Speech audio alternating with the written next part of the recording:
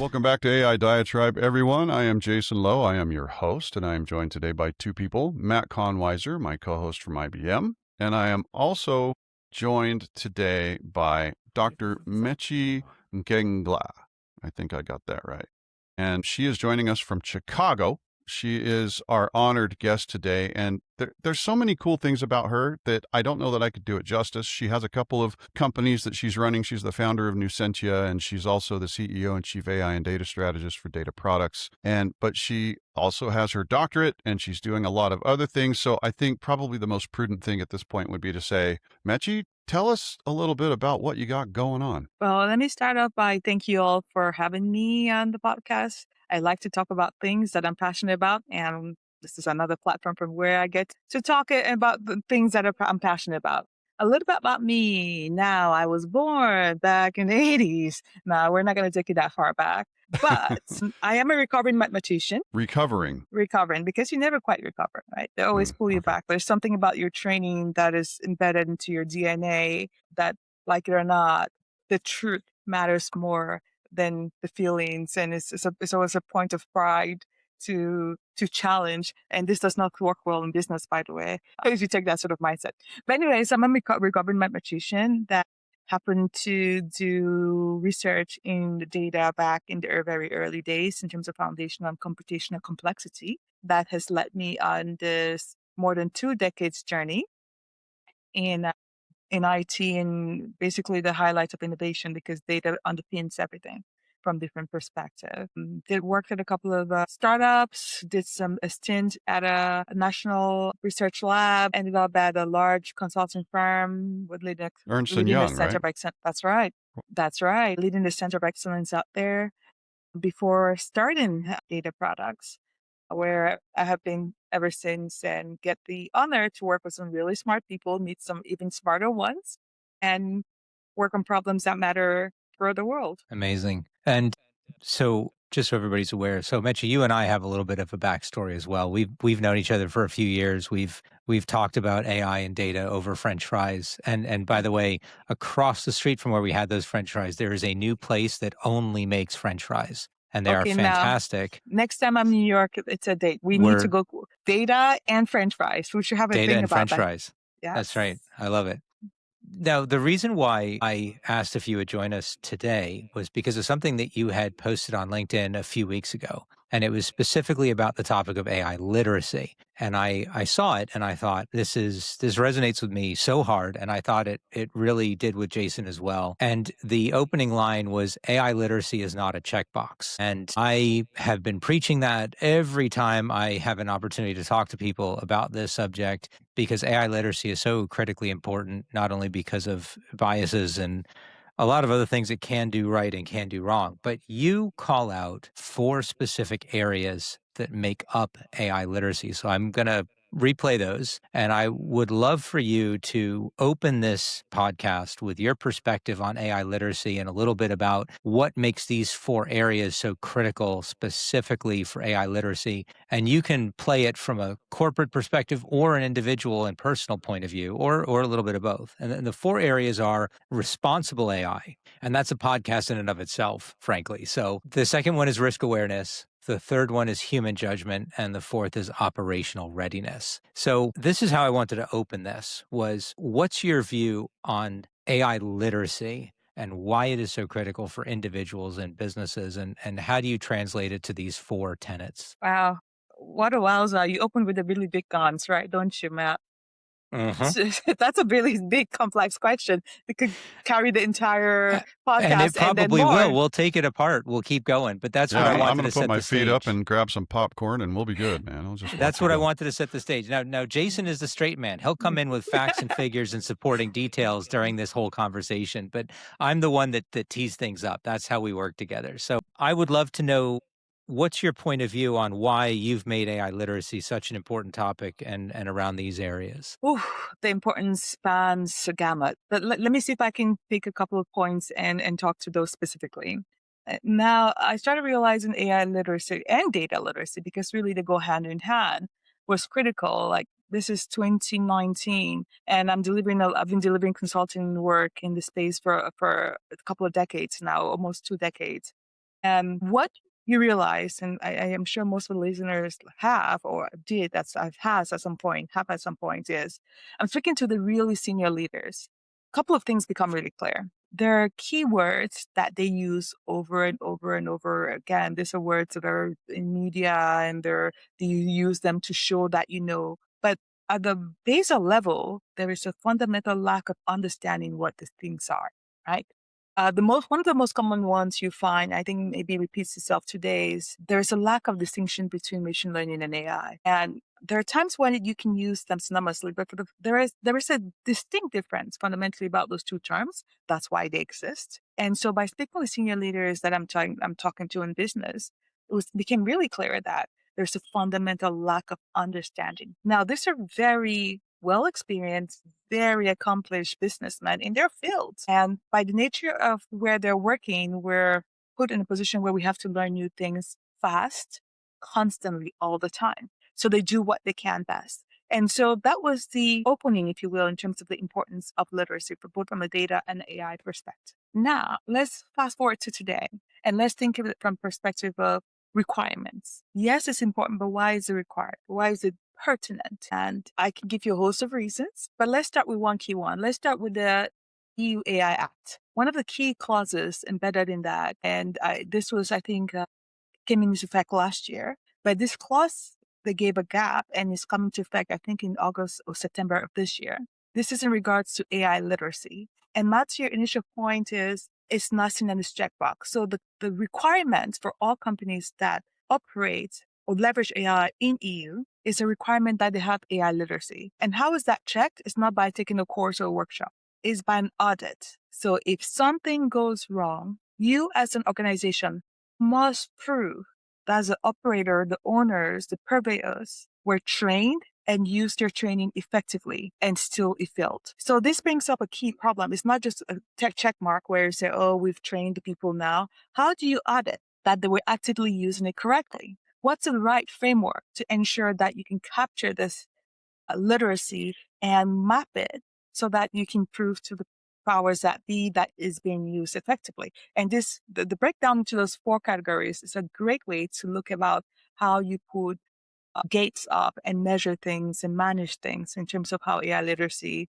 functions. And just one point of correction or one point of clarification. When you say correctly, are we talking about finding an appropriate use case within your business, or using it in a way that's not going to screw up your business? Using it in a way that's not going to screw up your business. Absolutely.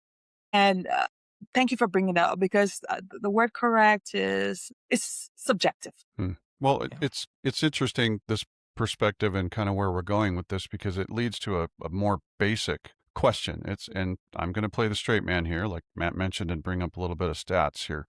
DataCamp did a big survey in 2026, and they found that in the US and UK, both, that enterprise leaders feel that a majority say their organization lacks the AI skills to apply it confidently in day-to-day work. That's at the enterprise level. That's really significant, and that's a survey from this year. And obviously, that means that AI literacy, at least hopefully, is going to increase because they're going to address it. And yet, we're finding that even that we're spending more money than ever on AI training, the skills gap doesn't seem to be closing all that much. So that leads me to ask, what do you think is the reason? Is this like a training design problem? Is this a leadership problem? Or could it be something else? What do you think? Well, it is because there's no true AI literacy. Exactly that. And when we talk about AI literacy, I want to be clear. This is not an advanced engineering expertise skills that we're talking about.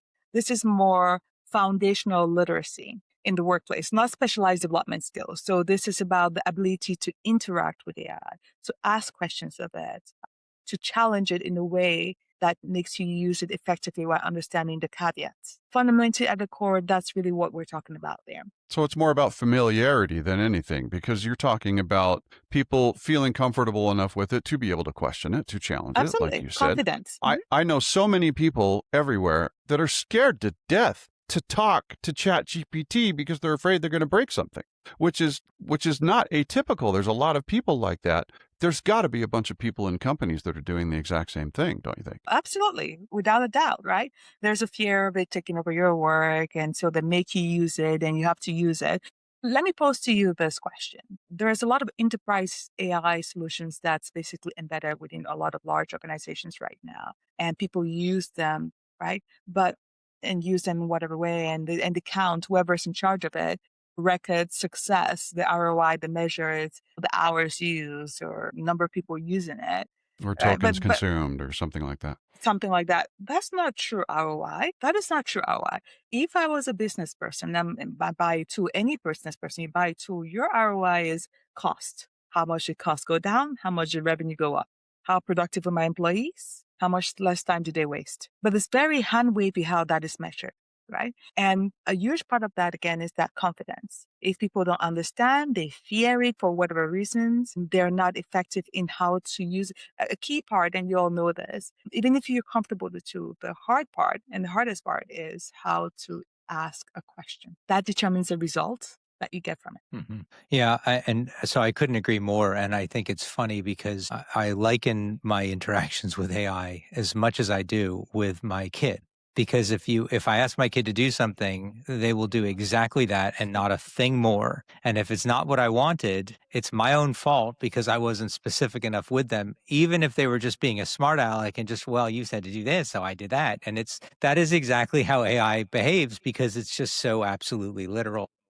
It is. I think that the points you make tie really nicely into the first anchor of your 4 elements of AI, right? Of AI literacy, which is responsible AI. And I have my own definitions and I've talked about it, but I'd love to hear yours. A lot of people confuse or confound secure or safe AI and responsible AI. And I contend that they're not the same thing at all. And I can give some specific examples, but why don't you give us your view on the difference between safe AI and responsible AI and your definition of responsible AI as it relates to literacy? You keep coming with the heavy hitter. Seriously. You know what? You've got all the knowledge. You're How a about that? font. So I want to take advantage of it. Uh, and so this is what I would like to say to anyone listening. It's not that difficult. Words exist because they have different meanings. How would you use the word responsible and safe? The same way you would use it in everyday life, apply it to a system that is AI. Now, by leveraging AI, and to answer your question directly, my view, my personal view is this. If you have a system, an AI system, or any other automation system really that is responsible, that means it has an impact and you are responsible for the impact, right? It's going to impact whether it's your life, some outcome, other people's lives. You own that responsibility to the end. And you're thinking through what the impact of that is. When it's safe, it's beyond, includes responsibility, but it's much more than that. Includes the things like the cyber, the security, the ethics. Something can be ethical and not responsible within a context. And again, I would implore people to think about this. These words exist in our vocabulary because they mean these different things. It doesn't automatically change the meaning when we apply it to technology.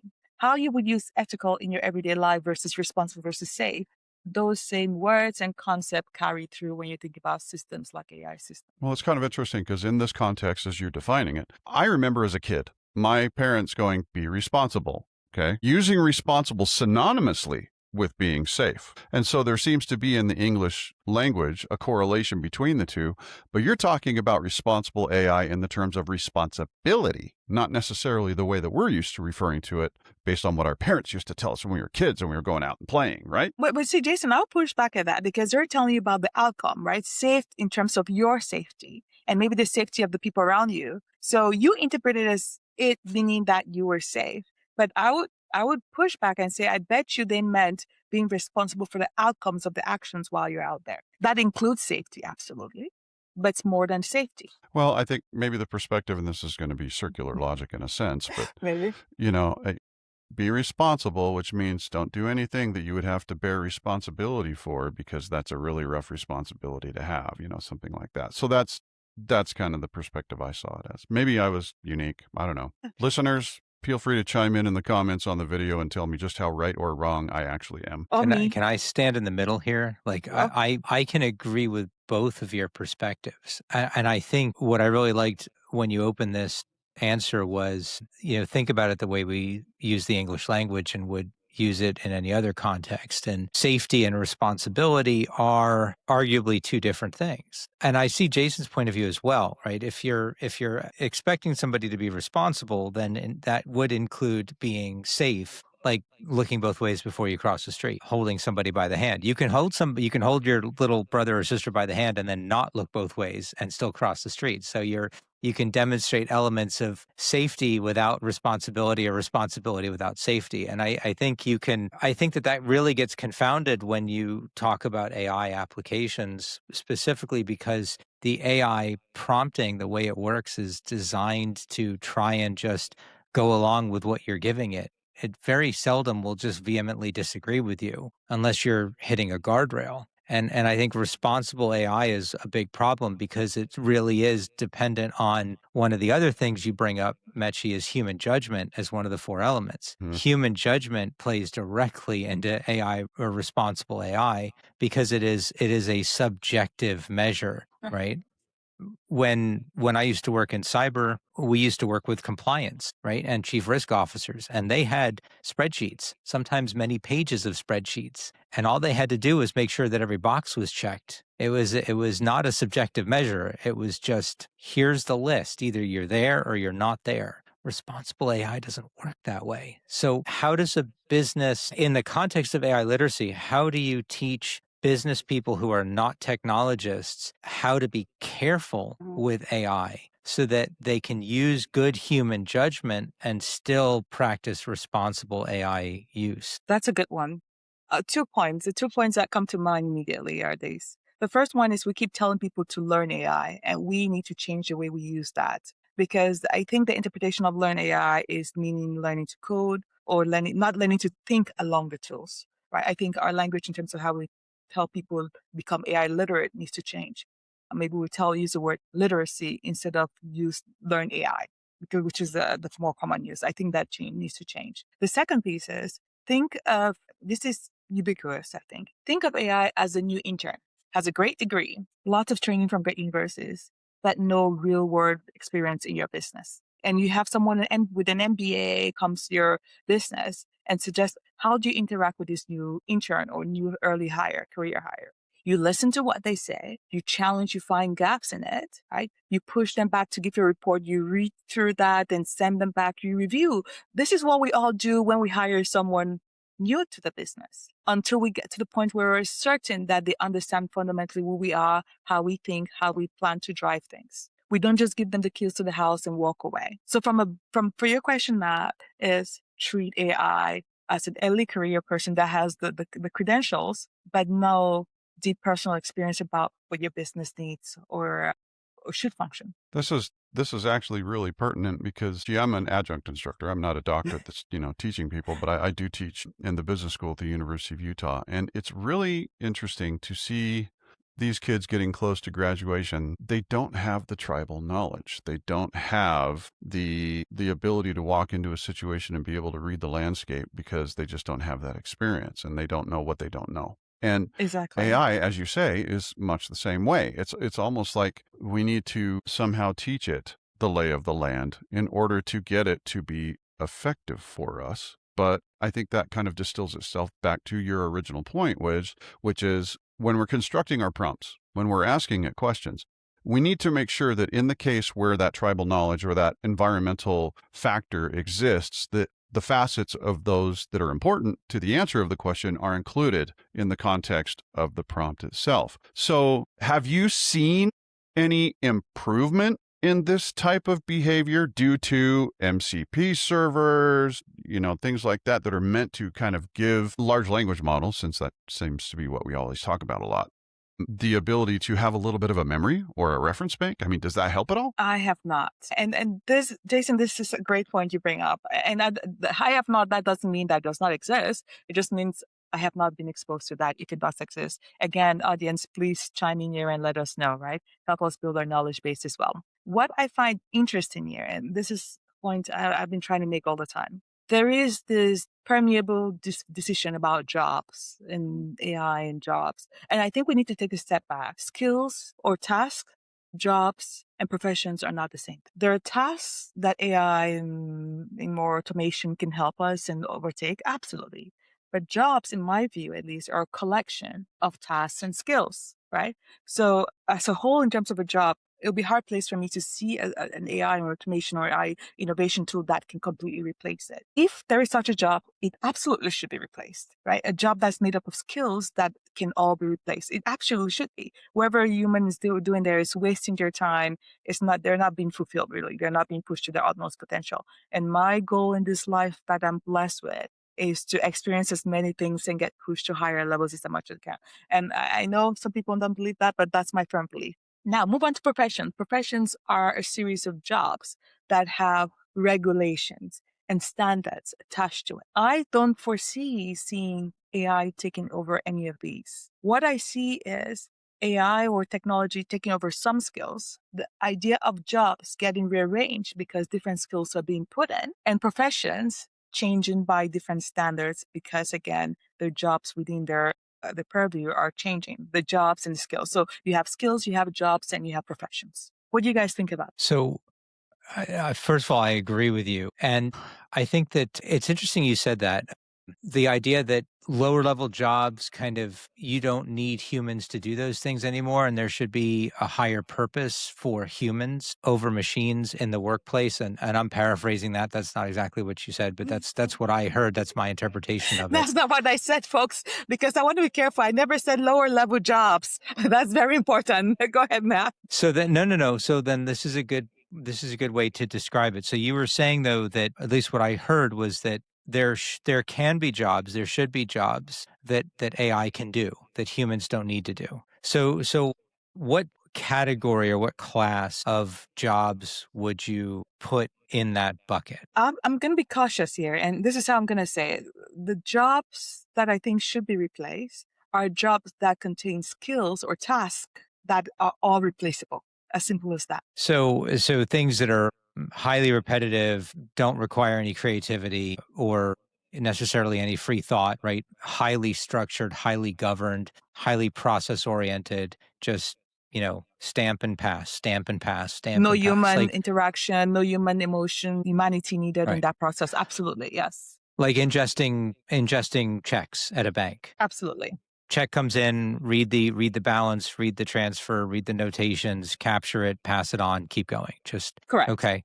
So do you think that will create opportunities for those people that have that experience and that provenance doing those roles to then be able to find new things to do in that same company, in that same general structure? And Jason, I'd love to hear what you think as well. Go ahead, Mechie, and I'll chime in after you answer this. So that is a responsibility of the organization. I feel Why? I think when anyone works for you, they're committed to your success. I think of an organization, a true organization, as a family. Well, but isn't that a little too utopian and idealistic? I mean, we're talking about a free market system whereby if someone doesn't have the skills, you can lay them off or you can terminate them right away. I mean, how many companies do we know right now that are still acting that responsibly, talking about responsibility? Well, the question of whether they exist or not, that's a whole different conversation. The question is, should they be acting responsibly? And my answer is absolutely yes. There's nothing wrong with building a utopian world, right? We work for the ideal. We reach for the stars. It might fall among the clouds, but we reach for the stars and we hopefully hold everyone to the stars. I'm running a company and hopefully my goal is to run the company with that utopian mindset. I have an area here that I wouldn't mind pushing back on. Please. Because economic creative destruction has destroyed professions and occupations for hundreds of years. Take the original profession of crop harvester. Or someone who gains a lot of skill in doing those types of things. Now, you hit a nerve. I know. I heard a nerve. But what I'm trying to bring into the argument here is the physical embodiment of AI, which is robotics. And I'm not just talking single arm, continuous process robotics in manufacturing. I'm also talking about the prevalence of bipedal humanoid robotics that are becoming a big thing right now, able to work within a human built environment, because they are structured that way. I have to believe that, and Matt and I kind of talked about this in the previous episode, as a profession, like something that I do professionally that's going to be the dominant force in my earning of my income, that could be greatly reduced. It may take certain skills that humans have and reduce it down to a hobbyist level or something that people are doing because they like the skill and because they like the activity, and that's something that they want to do, but that robotics and artificial intelligence, if we're bleeding over into the white-collar world, can end up taking the absolute vast majority. I mean, look at agriculture. Turn of the century, 1900, 36% of the United States population was involved in agriculture. Today, it's 1.2%.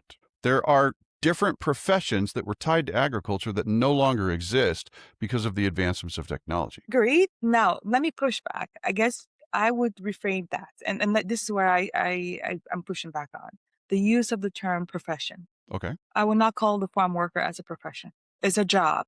It may be a job that they've spent their entire career doing, but it's not a profession. I define professions as jobs with standards and regulations. Think of an accountant. Think of a medical doctor. That's what I call a profession. That said, this is not to belittle any of the other points that you made in terms of the destruction. But I would say, rather than say destruction, maybe a metamorphosis. And yes, I like to see the glass as half full. It's a change in that job, right?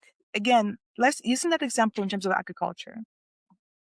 The skills, right, were all skills that could be replaced by machine, and they were replaced by machine. So what happened to the people that used to work the farms? So speaking of that there's a responsibility, I think, of that farm owner, if it was a commercial farm, to ensure that there is a path for these jobs that are being replaced, for the folks that are being replaced, so that they have another footing, whether it's in the company or someplace else. But there is also a self-responsibility. I want to make sure that I call that out. There is a self-responsibility for you to look at your job, where you are right now, your function. What are the tasks that you're responsible for? Objectively speaking, what do you think or what percentage of your tasks can be replaced?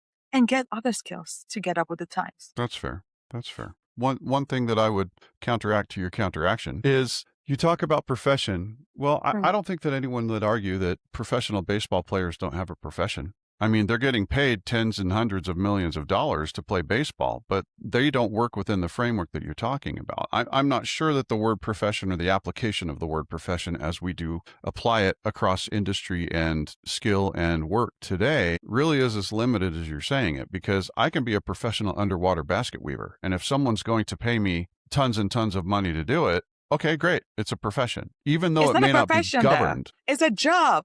It's a well-paid job, but not a profession. The pay that you get has nothing to do. So you're saying that baseball players are a well-paid job, but not a profession? Yes. Interesting. Unless he has standards and regulations and certifications that they need to take. It is a job. What I do is a job. It's not a profession. Matt, thoughts? So, I had this really interesting thought about 10 years ago about the concept of job versus work versus profession. And I'll give you an example in coding. If you set up a task to happen in code, it's called a batch job. It's not called a batch profession or a batch work. It's a batch job, because there's a very concrete thought that I think people have around what a job is it's something potentially menial or repetitive or constant and well-defined and taskable. Profession, obviously, when you associate profession, you think of professional. And so I think your brain goes to a different place. I think it invokes a different thought. Now, the question that the two of you are delightfully bickering over is somewhat of splitting hairs, right? True. Yeah. Because I think that some people within a profession would say that, yes, I have a job. And they wouldn't really think twice about what they're saying when they say those words, even if they would consider what they're doing to be of a different class than repetitive, menial, or physical labor. And physical labor is not repetitive or menial always, right? I'm not making those connections. I'm just saying there's a category that people kind of mentally separate in their subjective brains, or by the way, culturally, right?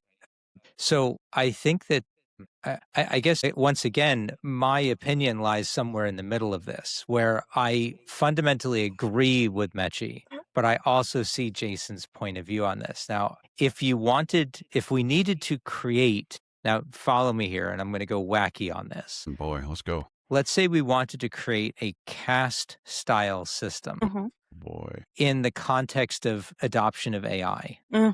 And then within that caste system, we had different levels of not people, but functions, tasks. Right? And AI could never be bourgeoisie and up, right? Yes. Like if we were to kind of Well, I don't know. I don't know about the yet thing, and I have some recent proofs that kind of reinforce that. That we can debate that one too. But I'm thinking if you look at what needs to get done, like sweeping a floor, building a car, creating a house, shaping lumber, catching fish, those things are well codified, well defined, work within very specific physical laws, and there's only so many different variables that could occur. Deciding to start a new business for a new type of fish and creating new recipes that people would be interested in and understanding how to promote that and turn it into a thing. Like, for example, is it lionfish down in Florida Keys? Is that the invasive species down there? I Think can't you might be remember. Lionfish, right. zebrafish? I can't remember which one it is. But there's a type of fish that people were keeping as pets and they released them into the Keys and then they were fruitful and multiplied. And the solution that people had was, aside from the fact that they're incredibly poisonous spines on them, these things actually don't taste so bad. So some human realized that if you look at one problem, which is an invasive species, and another problem, which is people are hungry, and a third problem, which is we're always looking for creative ways to cook new things, and put all three of those things together and say, we can solve this problem and that problem by also exploring this problem and then coming up with a whole new business venture out of it.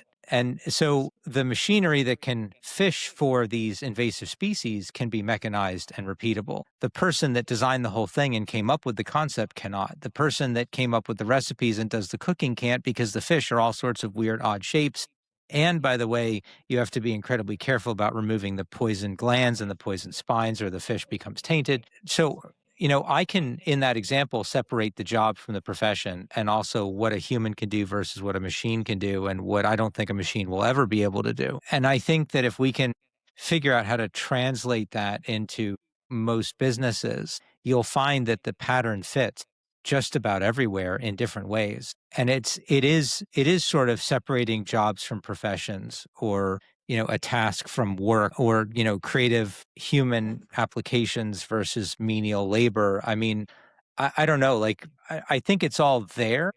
I think the big undecided factor is, how do we create those divisions cleanly, and is there going to ever be agreement across businesses and across geopolitical realms on what those lines are? You broke down the problem in a very simple way to understand. I think a simple and practical way for anyone to understand. I don't know if we're going to ever agree on it because, well, we're humans, different cultural experiences, yada, yada, yada, yada.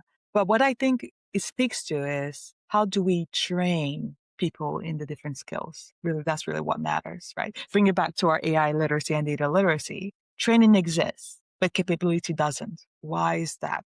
Is it that we're training incorrectly? Is it that the people that were training them at the right set? There is a huge gap that exists, right? And for example, again, I think capping on this, and Jason, to put on your hat as the straw man here, Deloitte has a 2026 enterprise research that they put out that found that 84% of organizations have not redesigned jobs or workflows around AI. If you are an organization, we all have reviews, annual reviews, right? You're grading someone's effect in terms of how they worked in your company. Before, it was some menial KPIs that they measured. But now, if this is an AI organization, a function of their output has to be at the AI model and the operation system within your organization in terms of how flows are pushed through. It's not just how they operate. It's a combination of all these things. And that hasn't changed. Yeah. To corroborate your data point there, LaunchReady also kind of cited that and said 82% of enterprise leaders say their org offers some form of AI training. Okay, which okay, great. You're offering training, but 59% in the very same survey said that they still report a pretty major skills gap.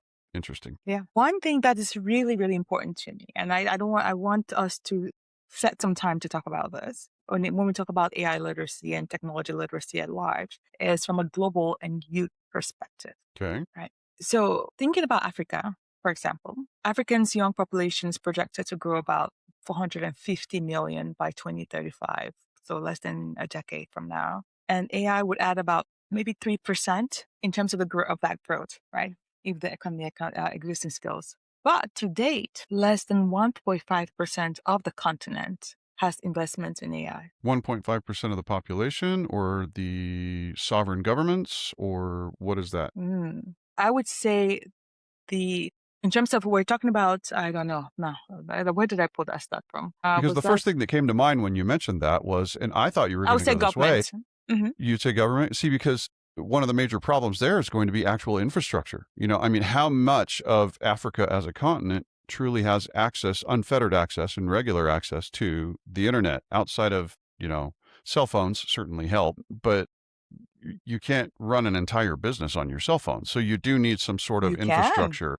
Well, you can, but okay. Okay. You're right. Most I yield the Africans point. do. Most Africans I do. yield the point. You're absolutely right. Most Africans do. But the point is, it's not even about, yes, they don't have the infrastructure, but we have to start somewhere. True. And I don't just think. so you know, the reason that I split hairs is because I have none. And I look at your beautiful head of hair and I'm extraordinarily jealous. And so I just thought I'd throw that out. Well, thank you. I'll send you some shea about that. That's what we do. And some African voodoo magic. Yeah, that works greatness. Any voodoo magic that would make hair magically sprout on top of this head, I fully endorse. Let's go. All right. So the point is, yes, the sort of business that's been run by cell phone is incredible. In terms of banking, I think Africa and Latin America are killing it in terms of banking more than the Western world, and only with cell phones. So, for example, you're taking a cab in Nigeria.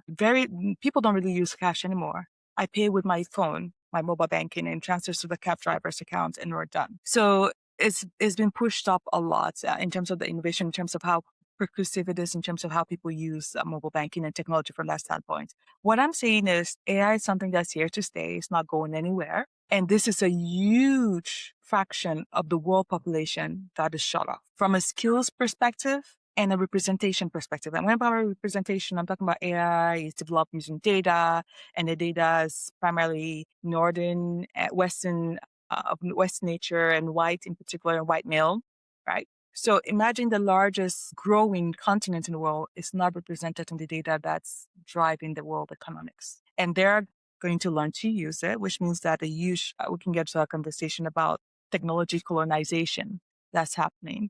But let's save that for another podcast. Yeah, so you're talking about specifically the training data that is used to train these models is decidedly skewed in its representation of Western knowledge and things like that. And there's a decided lack of training data being used to train these enterprise and frontier models that comes from Africa, from the African continent, from the African knowledge base. Is that what you're saying? Absolutely, right. Okay. That's the first part, which means that people that manage to learn these tools are learning and apprehending Western ways. Nothing wrong with that, except the fact that their own cultural ways is being subverted. That's a good point.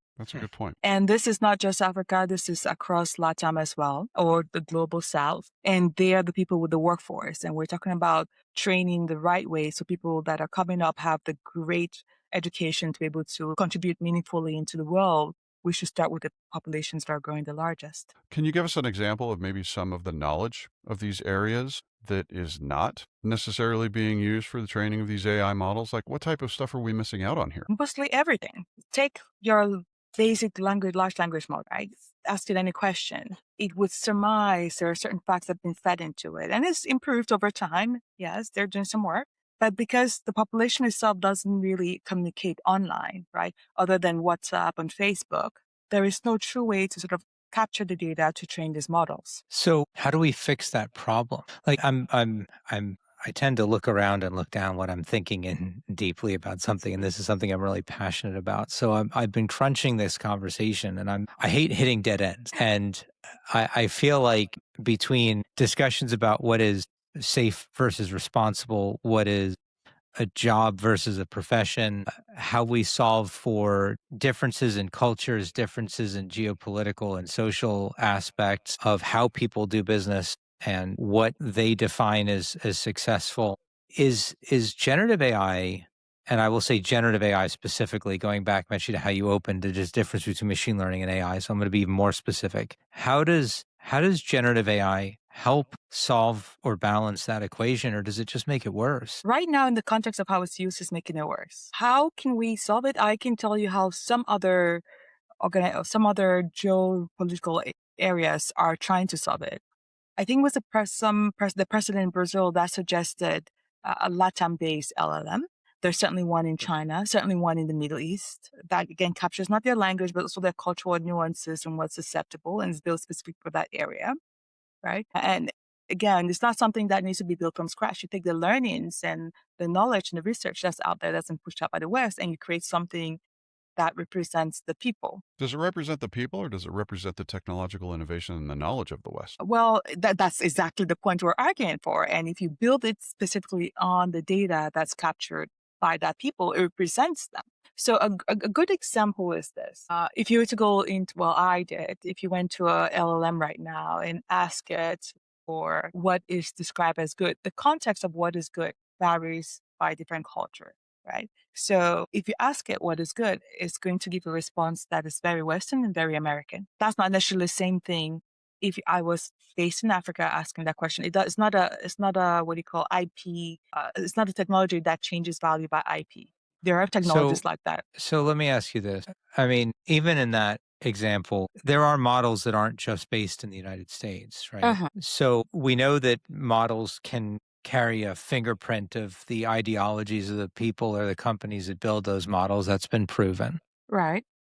My bigger concern, and I was talking about this earlier this week actually at an event, was I'm less concerned about how these things are being used and more the sense that there are 4 or 5 people that can now influence billions of people on the planet through that same ideological inheritance through their models, right? And somebody just said now it's not, oh God, what was it? It's not the other thing. It's not Fang, now it's Mango. Have you heard this? Yes, I have heard that. Yes. Have you heard this, Jason? Yeah. Yeah. So the owners of Mango are basically able to reach and influence indirectly through their models, through the access of these models, all of these peoples. And is that going to start to wash out culture and normalize thoughts? And is that good or bad? Like, I mean, I have an opinion, a very strong one, but I'm not going to express it. I am going to express it. I have no fears. I don't want to bias, but tell me. It is absolutely washing out diversity, right? It is absolutely washing out diversity. I think globalization is great, but it's the same argument we have with globalization. It's making life boring. Everything becomes uniform. I enjoy the distinct cultural differences. I enjoy the distinct cultural nuances. I don't always understand it. I usually come afoul of it, but there is a reason why we, the people of Earth, are distinct. And I think there's beauty in that.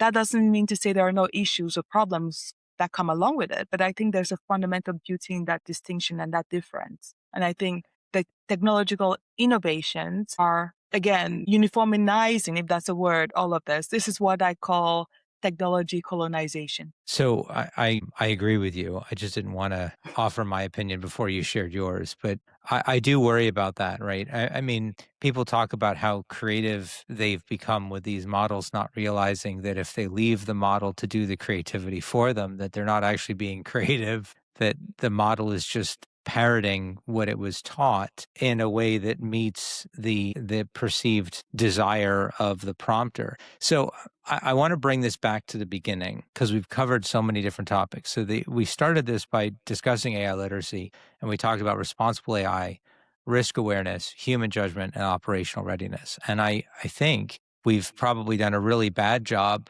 of clearly defining that, but we've done a really good job of making the point of how difficult it is to do a good job with making sure that everybody understands what AI literacy is and how important it is within a business, because it's not as easily defined as a statement or a dictionary line item. It's systemic, right? I mean, people have to internalize what AI is and how it works. They have to understand it the way they would try and understand another human being. And then they have to bring that same thoughtfulness and the impact to their fellow human beings in their workplace, and then figure out how to add that to the equation and rebalance everything in a whole new way without washing out diversity, without destroying creativity. And I think that's the operational readiness. That's the fourth thing we didn't talk about yet, but that's also the risk awareness. So I guess net of it is, Mechie, I think your 4 points were spot on as it comes to what AI literacy actually is. I don't think we've offered anybody an easy button to getting there, but I think what we've done is really set up an interesting way to look at the problems and look at them from a very human and a very cultural perspective instead of purely a business or an AI technical point of view. So I'll give you some closing thoughts if you have any, Mechie, and then Jason, and we'll leave it to the audience to stew on this for a while. Well, I would say this. When any listener, please consider AI literacy from a personal standpoint. You being AI literate is very different than me being AI literate. It should be between the function of your function in terms of your job, your role, your aspirations. Consider defining it from a very personal perspective. It's not a one size fits all. The other thing I would leave is there is a convergence of AI and the human perspective now. As we are training AI, it is training us. Certainly me. The idea, for example, of what a good article looks like has been standardized over research, right? And AI has learned. And so there is this idea of what good looks like. And so as we write articles, whether it was to help with LLMs or not, there is a standard that has been created from a review. And so by using that standard, I am trying to now write an article without LLM, and I'm automatically veering towards that. That's a good example. I'll give you a better one, a simpler one. I, as a mathematician, am very fact-figured and used to be not very human, emotionally fact-figured. So I had an issue with emails. I was very direct, to the point, and the nuance of the niceties were basically thrown away. And I knew that was a problem I had for a while. And one of the things that LLMs helped me was to sort of refine that. I would draft it up and then like make it sound more softer, and it would help me with that. And it did to a point where I don't use LLMs to refine my emails anymore, because I sort of have learned what makes it soft, and I can just go ahead and write it that way. So as you are training it, it's also training you, whether you're aware of it or not. So there's a convergence happening. Again, the difference in our thoughts and what's being produced in terms of human content is narrowing down, which is unfortunate. I'll leave it at that.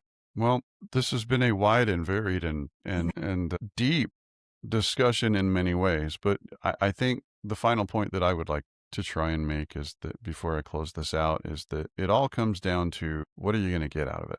If you're getting AI and you're utilizing it from a personal perspective or a business perspective, what are you going to get out of it? And that all boils down to a single calculation that many people refer to as a return on investment or an ROI. And I think you're absolutely right that we bear an individual responsibility to increase our AI literacy so that we are functioning well within this newfound society or the things that are going on. But I will give two last data points, and that is that BSG research found that employees who received at least 5 hours of AI training showed significantly higher regular usage and confidence.